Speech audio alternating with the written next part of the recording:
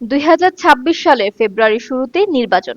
এ বিষয়ে নির্বাচন কমিশন, সরকার বা বিএনপি এর মধ্যে কোনো শঙ্কা নেই। সালাউদ্দিন আহমেদ বলেছেন, যারা বিরোধিতা করছেন সেগুলো রাজনৈতিক কৌশল। কোনো দল নির্বাচনে যেতে না চাইলে সেটা তাদের ব্যক্তিগত সিদ্ধান্ত। আগামী নির্বাচন যারা বয়কট করবে তারা নিজেরাই মাইনাস হয়ে যাবে। ফেব্রুয়ারির প্রথমার্ধে রমজান শুরুর এক সপ্তাহ আগে ইনশাআল্লাহ বাংলাদেশে আগামী জাতীয় সংসদ নির্বাচন অনুষ্ঠিত হবে। এই বিষয়ে কোনো সংশয় সন্দেহ নেই। সরকারের তরফ থেকেও নেই, নির্বাচন কমিশনের তরফ থেকেও নেই, আমাদের তরফ থেকে তো না থাকারই কথা। আমরা তো আরও আগেই নির্বাচন চেয়েছিলাম। তো এই নির্বাচন অনুষ্ঠান সম্পর্কে দুই একটি রাজনৈতিক দল বিভিন্ন রকমের বক্তব্যের মধ্য দিয়ে একটু বিভ্রান্তি ছড়ানোর চেষ্টা করছে, সেটা দৃশ্যমান। তবে সেটা রাজনৈতিক কৌশল হিসেবে নির্বাচনের সময় বিভিন্ন রাজনৈতিক দল বিভিন্ন রকমের কৌশল অবলম্বন করে থাকতে পারে, এটা তার অংশ হতে পারে।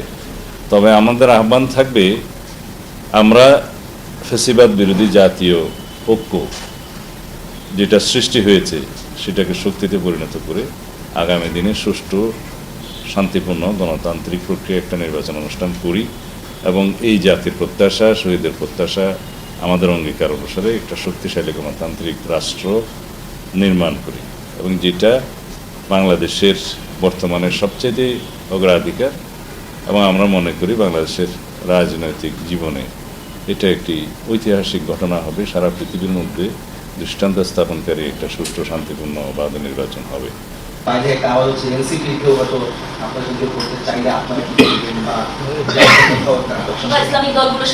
বারবারই বলেছি যে বাংলাদেশ জামাত ইসলামীর সাথে আমাদের নির্বাচনে জোট হওয়ার কোনো সম্ভাবনা নেই। অন্যান্য দলের ক্ষেত্রে যুগপৎ আন্দোলনে যারা আমাদের সাথে সঙ্গী ছিলেন তাদের সাথে আমাদের প্রতিশ্রুতি আছে, তাদেরকে সাথে নিয়ে আমরা নির্বাচন করব। এমনকি আগামী দিনে যদি আমরা সরকার গঠনের সুযোগ পাই, তারাও সরকারের অংশ হিসেবে থাকবেন। আরেকটা বিষয় হচ্ছে, অন্যান্য রাজনৈতিক দলের ক্ষেত্রে জোটের মধ্যে আমরা আনবো কিনা নির্বাচনী জোটে, সেখানে আমরা বলেছি যে বেশ কয়েকটি ইসলামী দলের সাথে আমাদের আলোচনা আছে, আলোচনা চলছে, যারা বাংলাদেশের একটা বিশাল জনগোষ্ঠীর প্রতিনিধিত্ব করে।